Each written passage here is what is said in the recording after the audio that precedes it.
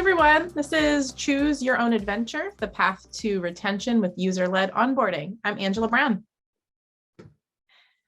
I am the Digital Adoption Product Manager at Tridium, and I'm so thrilled to be here speaking with you. I'm really happy for my opportunity to speak at Pendomonium and then to re-record this for you all today, because unlike many of you, I'm actually new to the product world. I'm in my first year of product management. My background is in psychology, and I'm a licensed mental health counselor in the state of New Jersey. I've worked for a number of years in group home and private practice settings doing therapy. I live in New Jersey with my husband and our two wonderful children, and outside of work, I really enjoy going to concerts and seeing live music. So naturally seeing Ben Folds and the live band karaoke at Pendomonium was super fun. I hope you guys enjoyed it too. So you might be thinking, what does a therapist and mom in her first year of product management know about product-led onboarding? Well, before I answer that, I'd like to first introduce you to who Tritium is and explain the onboarding problem we were faced with over the past year and a half. I'll walk you through some of the solutions we implemented, both good and bad, and share with you the big things we learned throughout the process. So who is Tridium? We are a Philadelphia-based digital behavioral health company committed to improving access to mental health services and improving patient treatment outcomes. You know, when you go to the doctor for a checkup and you get your vital signs like your heart rate and blood pressure and weight checked, that's essentially what Tritium does, but for mental health. We use digital assessments to get pulse checks on things like depression and anxiety, then use those results to connect patients with providers, surface risk factors, and track patient progress throughout the course of treatment. I joined Tritium in 2018 as a customer success manager, and I was primarily responsible for connecting with other mental health providers who were using Tritium, training them in how to best use the digital tools and how to weave Tritium into their own clinical practice. I traveled all over the country to offer hands-on support to therapists and doctors during each and every go live. Now, our nation is in the midst of what some might call a mental health crisis, which has been significantly exacerbated by the global pandemic we've been living through. As you might imagine, this dire need for mental health services to be delivered digitally has led to extreme growth in Tritium's customer base over the past 18 months. In fact, Tritium's active users increased by 71% between 2020 and 2021. So how did Tritium scale user onboarding for this influx of new customers when travel restrictions halted the in-person training we were accustomed to? Well, we began using Pendo for in-app guides, and I moved over from the customer success team to the product team to lead this effort. And during this transition, we made a lot of mistakes. But through those mistakes, we've learned some really valuable lessons too, which I'm happy to share with you. The three main lessons that we learned through our experience are to, number one, make guides visual, number two, give users a choice, and number three, to be strategic. Prior to launching any in-app guides, we received extensive training from Pendo customer success managers who were very, very clear about best practices for creating guides. They said, start small, keep it simple, and keep walkthroughs short. I'd like to share with you a flow chart of our first attempt at an onboarding package. As you can see, we listened really well to those Pendo customer success managers, right? No, not at all. We didn't listen well at all. This is not short, simple, or small. It's extremely complicated. When we first began implementing in-app guides, we attempted to replace every aspect of our in-person training.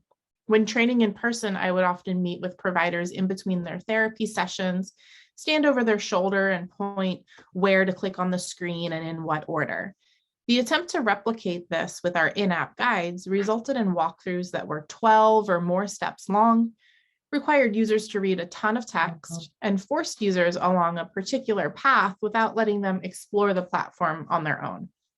We also created multiple onboarding packages that catered to individual customer-specific workflows and nomenclature. Training was not product-led. It was incredibly ineffective. And frankly, it was a nightmare to maintain. You'll see here some very sad guide metric charts showing all of our users drop off after step 4 of an 11-step guide.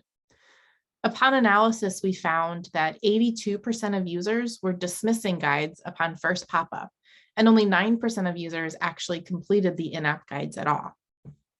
So needless to say, we were desperate for some change. The first thing we decided to change was the amount of reading our users had to do. Remember, these are busy medical professionals, often booked back to back with patient appointments, who don't have the time to sit and read through these lengthy, heavy text guides. So we made our guides shorter and more visual. First, we implemented a 1-minute explainer video to play automatically upon the user's first login to the platform. Now, this was not a how-to video, but rather a why you should video that connects users to the value of using Tritium, which is to help their patients. After using this visual to quickly evangelize the product, we found that 48% of users were actually watching the video and clicking Get Started to engage with onboarding materials. This is a 30% improvement in user engagement with onboarding guides when compared to our first pass. We also began using animated GIFs to show users how to do something in just 5 to 10 seconds instead of these long drawn-out walkthroughs. Embedding these GIFs in our guides allowed us to cut all of our walkthroughs down to just 4 or 5 steps. Another key learning from our experience was the importance of empowering users through choice. I can admit now I was extremely controlling in the creation of our initial onboarding package. I chose what I wanted users to learn first, how I wanted them to learn it, what order they should learn it in, and to make it even worse, I wouldn't let them proceed to the next training without completing the training I wanted them to complete first. Imagine you are cooking a meal. Let's say you want to make a spinach and cheese omelet. You have eggs and cheese in the fridge, but no spinach, so you decide to run to the grocery store to go pick some up. When you arrive, a very nice person greets you and welcomes you to the store, asks if you need any help. You say no, you just need the one thing, but they don't take no for an answer. Instead, they follow you around the store. Oh, I see you're making an omelet, they say. You're going to need some eggs to make an omelet. Follow me, let's go get some eggs. Nope, don't need eggs, just the spinach, and you try to proceed to the produce aisle. But try as you might, you just can't ditch this grocery store lunatic who insists that you must first buy eggs if you want to make an omelet. So what do? Eventually, you decide to leave the store and pick spinach up somewhere else and probably never return to that store at all. Well, this is exactly what I was doing to our customers. I was the grocery store lunatic, and I wonder why our retention rates were so low. So we decided to go ahead and scrap all of our existing guides and start over with a simple choose your own adventure approach. After watching that 1-minute video, we simply asked users what they wanted to learn first. We gave them options to get a tour of the site, learn how to use the clinical homepage, add patients to their caseload, or manage their schedule.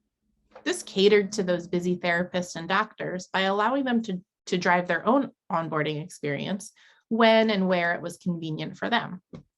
Perhaps a provider only has 5 minutes before their next patient appointment and just wants a quick tutorial on how to use the Tritium scheduler. Well, that's no problem now. In conjunction with allowing users to create their own onboarding experience, we also got much more strategic about the placement of guides and the options we presented to users. We built up our resource center to house a number of training guides, clinical recommendations, use case scenarios, and even self-care tips for the providers themselves. That way, if the user was too busy at the moment to interact with the onboarding guides, they can choose to dismiss them and be shown where to launch them when they are ready. Next, we let user activity drive when guides were shown. Instead of overwhelming users with a bunch of guides explaining all of Tritium's pages and functionality upon first login, now we populate page orientations when the user first visits a page. This allows the user to interact with the platform naturally, with helpful page tutorials, choices, and tools along the way for support. Let's imagine these changes have also been applied to our grocery store scenario. Now, when you arrive at the store, you are still greeted by that very nice person and asked if you need any help, but you're given the option to say no, to which the person replies, "No problem, I'll be over here if you need me."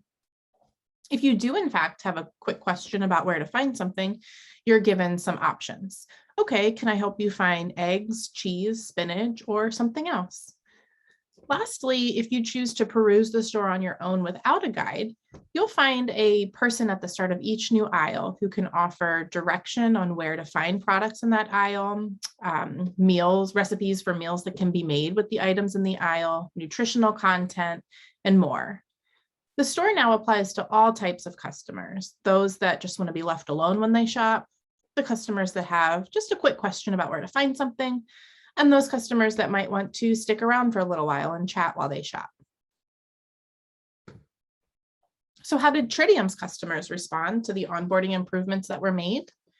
Well, by making our guides shorter and more visual, giving users the opportunity to drive their own experience, and being strategic about guide placement, we found that 27% of users now fully complete our onboarding guides. While there's still work to be done here, it is a vast improvement from our original guide completion rate of only 9%. Now we can see much happier guide metric charts. The changes we made to our guides also stopped scaring our users away from the platform. We found that since we implemented the new onboarding experience, 63% of users are continuing to return to the platform after 6 months. But perhaps the most significant finding of all is the impact our new onboarding experience made on our support portal. Despite that 71% increase in users on the Tritium One platform, we noticed a 15% decrease in the number of support tickets being entered by users. Additionally, support tickets in the questions or training issues category decreased by 24% upon making those onboarding guide improvements. While Tridium's digital adoption team still has a lot of work cut out for us to continue increasing user engagement, effectively onboarding new customers, and improving user experience to ultimately make a lasting impact on the access and delivery of mental health services in this country, I am proud to say we've come a really long way. I'm hopeful that you can learn from some of the mistakes we made and remember to make your guides visual, give users a choice, and be strategic in the placement of your materials to pave the way for increased user retention in your own organizations. I am so honored for the opportunity to speak at Pendomonium. Thank you so much for listening to this recording. If you have any questions or just want to keep the conversation going, please feel free to jot them down and put them in Pendo's discussion forum or scan the QR code here to get the link. Thanks.